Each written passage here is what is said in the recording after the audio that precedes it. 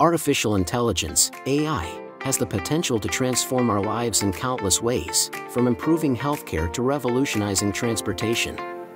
But as AI becomes more advanced, it also raises important ethical questions.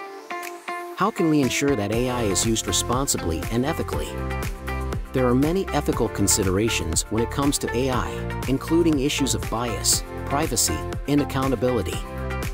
For example, facial recognition technology has been criticized for being biased against people of color and for infringing on people's privacy. Self-driving cars also raise ethical questions, such as who is responsible in the event of an accident.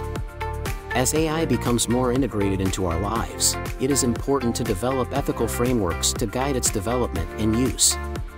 We need to ensure that AI is developed and used in a way that is transparent, unbiased, and respects people's privacy and autonomy. The development of AI ethics will require collaboration between policymakers, technologists, and the public. It will also require ongoing dialogue and debate about the appropriate uses and limitations of AI. The future of AI ethics will be shaped by the decisions we make today. By balancing progress with responsibility, we can ensure that AI is used to benefit humanity and create a better future for all.